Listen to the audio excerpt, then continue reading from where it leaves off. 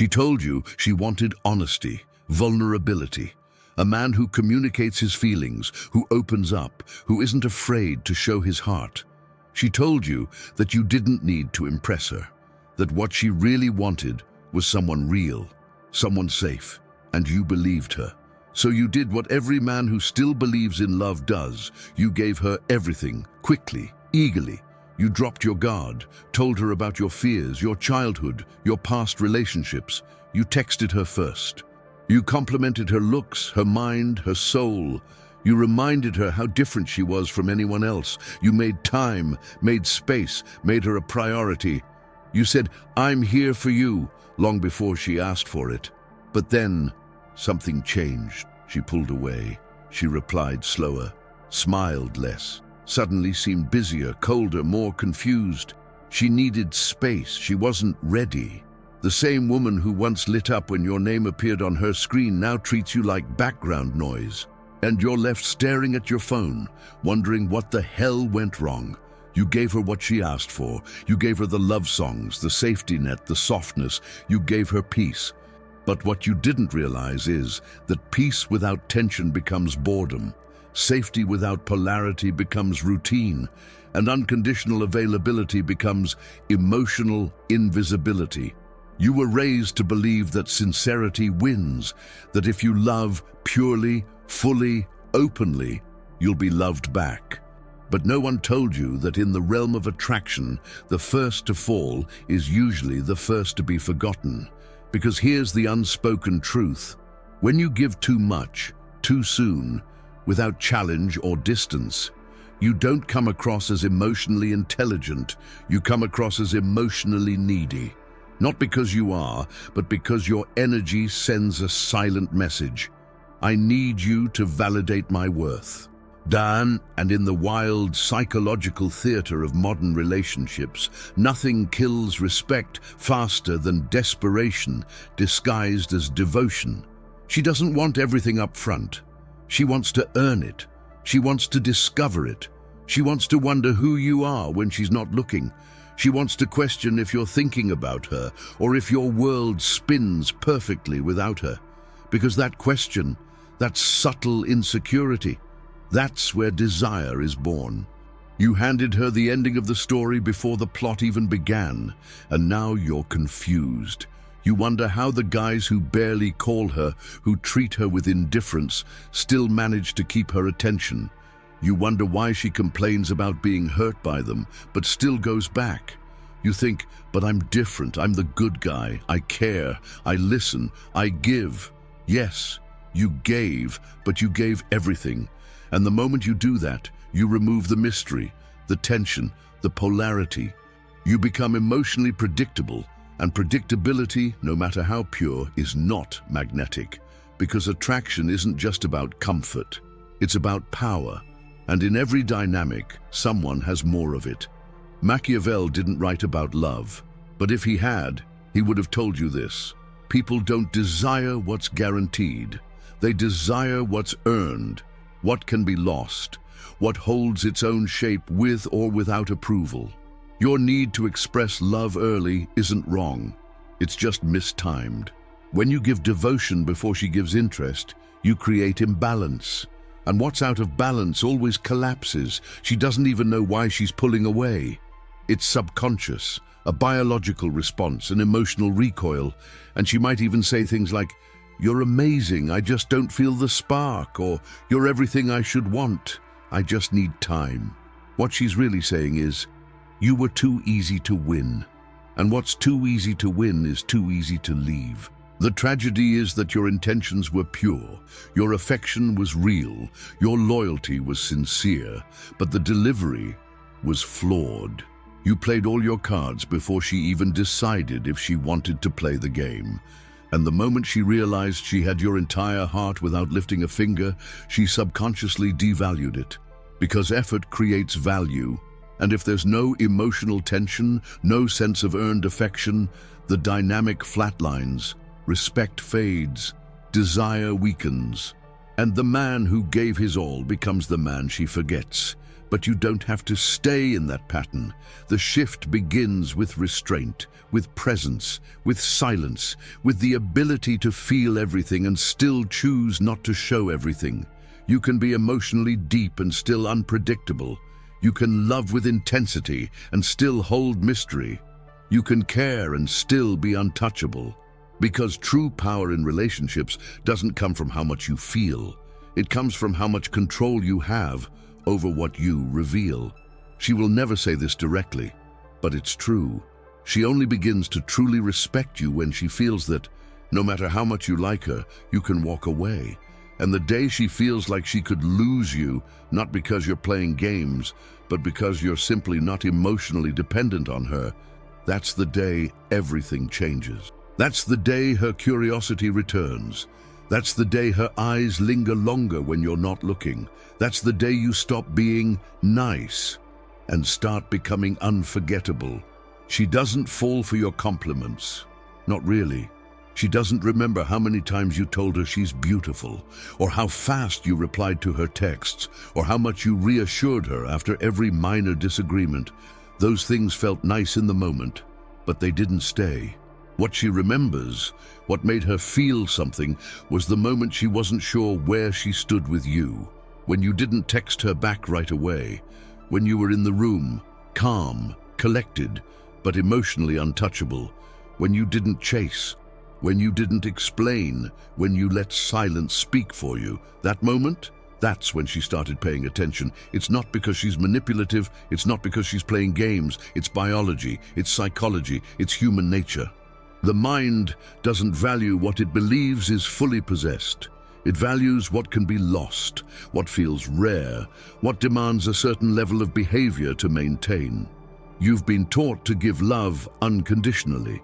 But in attraction, value is perceived through potential loss, not constant gain. When you flood someone with availability, they don't feel grateful. They feel numb, because the brain doesn't know how to appreciate what it doesn't fear losing. It's the threat of absence, not the promise of presence, that sharpens desire. That's why the man she can't quite figure out lives rent-free in her mind. That's why the one who didn't immediately fold at her beauty becomes the one she can't stop thinking about. That's why your long messages and just checking in texts slowly become background noise, while the man who moves with emotional precision becomes unforgettable. Think about it. In every interaction you've had, who did you respect more? The person who was always accessible, always forgiving, always compromising? Or the one who had standards so sharp, energy so composed, that their yes actually meant something? We don't respect those who are always available. We respect those who are selective, because selectivity signals value, and value triggers instinct. She doesn't want you to need her. She wants to choose you freely, without pressure, without emotional flooding. Without you convincing her you're the better option. Because when she feels you need her to stay, the power dynamic flips, and suddenly her interest starts to fade. This isn't about playing hard to get. This is about being hard to keep. And not because you're aloof or manipulative, but because you're self-contained. She has to feel deep in her gut that you like her, you're attracted to her, but you don't need her to function, that your peace doesn't depend on her attention, that your self-worth doesn't inflate or collapse based on her replies. The man who can walk away is the man who commands the room, because he's not speaking from lack. He's not negotiating from desperation. He's not performing to be chosen. He's already chosen himself. Let me give you something to consider. Fear and respect live side by side in the mind. She'll never say she wants to fear losing you, but she does, because fear awakens awareness. It pulls her into the present. It sharpens every word you say, every glance you give, every moment you withhold. This is why she doesn't remember the man who gave her flowers every week. She remembers the one whose silence after being disrespected made her rethink everything. When you're always the one reaching out, always forgiving without consequence, always adjusting to make her comfortable, you're no longer a man. You're a mirror reflecting what she wants to see. And mirrors don't hold value. They're used, then walk past.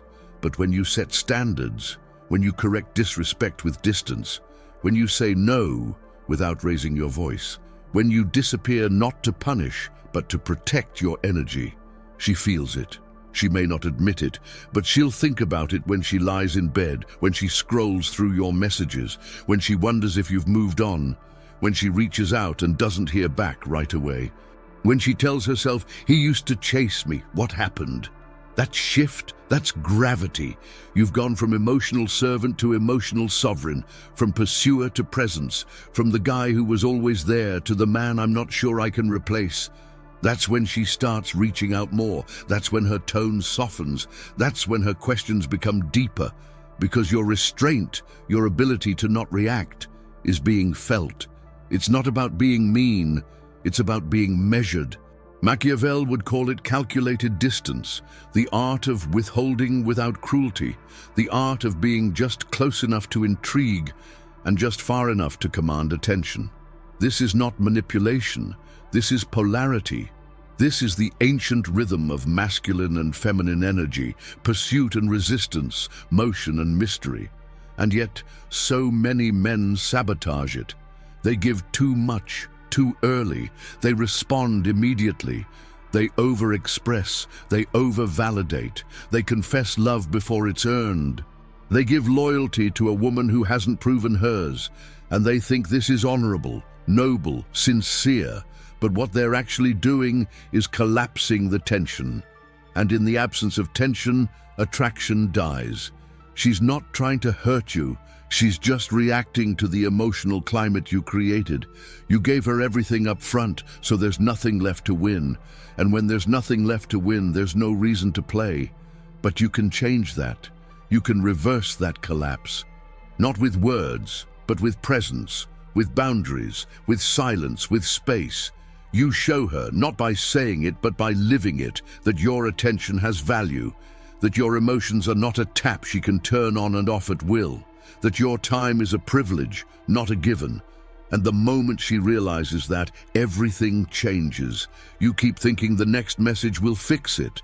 Maybe if you explain how much you care. Maybe if you say you're sorry for something you didn't even do. Maybe if you send a sweet paragraph or an old picture or a playlist. Maybe then she'll remember who you are, what you meant to her, how different you were from the rest. So you write it, you pour your heart into it, you send it and you wait. Nothing. Maybe a like. A dry thank you, a sorry I've been busy, but the energy is gone. And the more you try to bring it back, the more distant she becomes, like sand slipping through fingers that won't stop grasping. This is the loop you've been trapped in.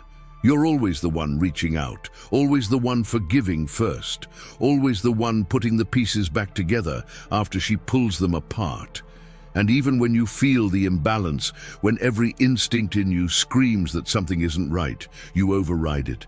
Because you've been taught that persistence equals love. But what no one told you is this: persistence in the wrong direction is self-erasure. When you always initiate, you strip her of the opportunity to miss you. When you always forgive, you remove the cost of her actions. When you're always available, you become emotionally disposable. She doesn't wake up excited to hear from you because she knows the message is coming. She doesn't fear losing you because she knows you won't go anywhere. She doesn't feel the weight of her absence because you've never made her feel yours. You think you're holding the relationship together, but really, you're carrying it on your back while she coasts. It's not that she doesn't like you. She might, but she doesn't respect the version of you that's always waiting, always adjusting, always forgiving without making her earn it. And without respect, love has no spine. Look at your behavior. How often do you answer texts within seconds while hers come hours later? How often do you apologize for being too intense when all you did was express genuine care? How many times have you asked yourself, did I say too much? Should I have played it cooler? This is where emotional imbalance becomes emotional damage. Because when she senses that she can withdraw her energy without consequence, she starts to believe, consciously or not, that your value is beneath hers, that your attention is an entitlement, not a reward, that no matter what she does, you'll be there. And when a person believes they have nothing to lose, they act like it. So she tests you. She ghosts for a day or two. She flirts with other men in front of you. She brings up her ex. She gets colder, less affectionate. And every time you respond with more effort, more affection, more vulnerability. It's a natural instinct. You're trying to save what feels like it's slipping. But in doing so, you're reinforcing the very dynamic that's breaking you. Because here's the cruel paradox. The more you chase, the faster they run. It's not that effort is wrong. It's where and when you apply it that matters. If you're constantly the one bridging the gap, you're not being a leader. You're being a follower, and no one feels attracted to someone who's always following them emotionally. That's why your long messages don't move her. That's why your late-night just checking in texts go unanswered. That's why your apologies feel empty, because they're not coming from strength. They're coming from emotional submission. And the worst part?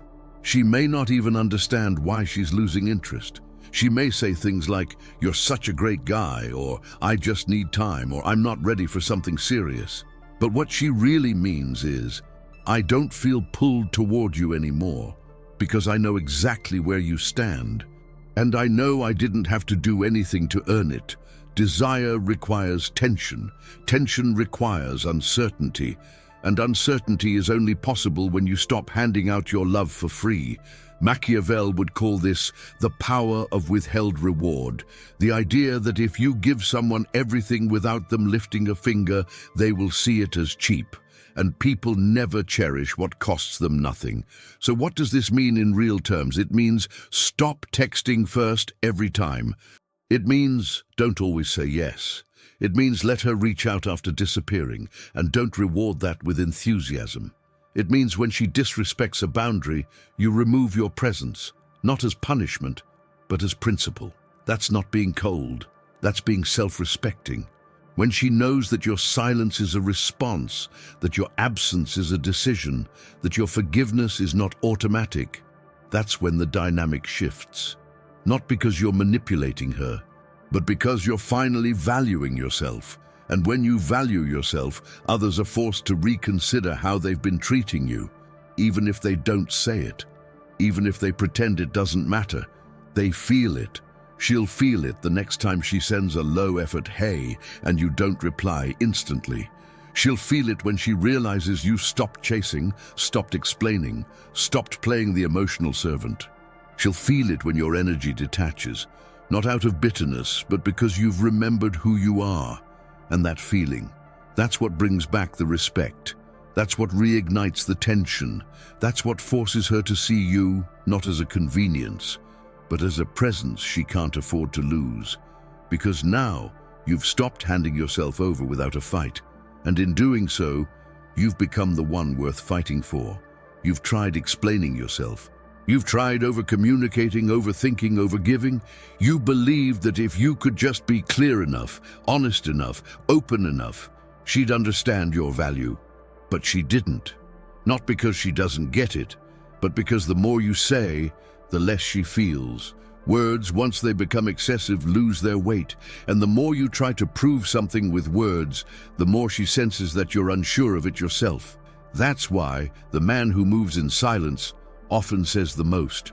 There's something deeply unsettling and deeply attractive about a man who doesn't need to explain himself, a man who listens more than he speaks, a man who isn't reactive, who doesn't over-apologize, who doesn't rush to clarify, to chase, to defend. His silence isn't absence, it's presence. It's a form of psychological resistance.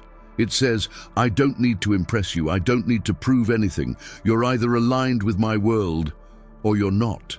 And that unspoken standard, it creates gravity. She feels it when your tone doesn't shift just because hers does. She feels it when you don't rush to fill the silence. She feels it when you don't try to control the situation with logic or emotional bribery. And the moment she feels that, something changes. Because now you're not in pursuit mode. You're in command mode, not over her, but over yourself. And that's the most attractive position a man can occupy.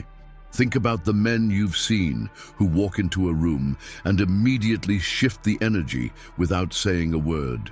What makes them different? They're not necessarily better looking, they're not louder, they're not funnier, but they move differently. They're not rushed, they don't seek attention, they don't offer their energy to everyone. They are economical with their presence. And that economy, that's what makes them valuable. Because what is rare is respected. And you, when you were chasing her approval, gave your energy away like it had no cost. You made your presence predictable, your attention free, your forgiveness automatic. And in doing so, you turned yourself into a convenience. Conveniences aren't respected. They're used, then ignored. But a man who understands silent authority knows that presence has to be earned, that attention must be invited, not thrown. He knows that mystery is not about playing games, but about not revealing everything up front. He knows that not every text deserves a reply, not every disrespect deserves a confrontation, and not every absence needs to be filled.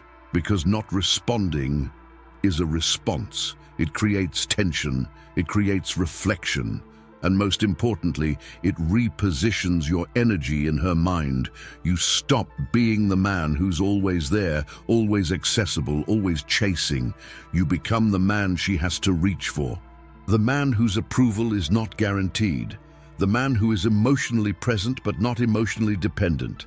And that distance, that's what awakens respect. It's the emotional version of a raised chin, the non-verbal, I see you, but I don't need you. It's not arrogance, it's restraint, a quiet kind of power that says, my life continues with or without your attention. You stop asking, do you miss me? And instead, you live in a way where she starts to wonder why she hasn't heard from you. Because now you're not initiating conversation, you're initiating absence. And absence, when earned, carries more emotional weight than any paragraph ever could. This is the art of masculine stillness. It's not a lack of feeling. It's the ability to hold your feeling without leaking it, to let your calmness unsettle her, to let your lack of reaction become the message, to let your presence, measured, rare, strong, become the reward. And here's where the game flips. She starts to ask herself questions. Is he pulling away? Did I go too far? Why hasn't he reached out? Is he seeing someone else? Did he stop caring? Now, she's no longer in control of the emotional tempo. You are. Not because you took it from her, but because you stopped giving her power over your internal state. This is what Machiavelli would call strategic imbalance. Letting others feel uncertain, not to harm them, but to test where their loyalty truly lies. Because people don't reveal their truth in comfort. They reveal it when something they value is suddenly unavailable. And until now, you've never made yourself unavailable. You've been the man who reassures, who forgives too fast, who texts too often. You've been accessible in every way. But now you're something else. Now you're the man who chooses when to speak and when to remain silent. Now your attention has layers. Now your boundaries are felt, not spoken. And this version of you, measured, calm, quiet, is unforgettable. Not because you said the right things, but because you stopped saying anything at all and made her feel everything instead. There comes a point where you stop asking questions, not because you found all the answers, but because you realize the answers no longer matter. You stop wondering why she changed, why she lost interest, why her energy disappeared. You stop replaying old conversations, old texts, old what-ifs. You stop romanticizing moments that were already crumbling beneath the surface, because now you're no longer trying to fix what broke. You're trying to find what you lost in yourself. That's when it clicks. She didn't walk away because you weren't good enough. She walked away because she could, because you gave her everything without asking for anything, because you became her certainty before she ever became your priority. Because you turned yourself into an emotional guarantee. And guarantees don't excite, they don't challenge, they don't inspire fear, But loss does. Loss shakes the soul. It triggers reflection. It awakens memory. And the moment she feels the absence of what she once took for granted, that's when your value finally registers. Not when you beg, not when you explain, but when your energy vanishes without drama, when you're just gone. No outburst, no goodbye speech, no emotional confession. Just stillness, just silence, just the sudden cold realization that the emotional anchor she relied on is no longer available. This is where the power shifts, because now she's left with space. Space to think, space to feel, space to question what changed, space to realize that your emotional presence, your effort, your attention, your softness was not cheap.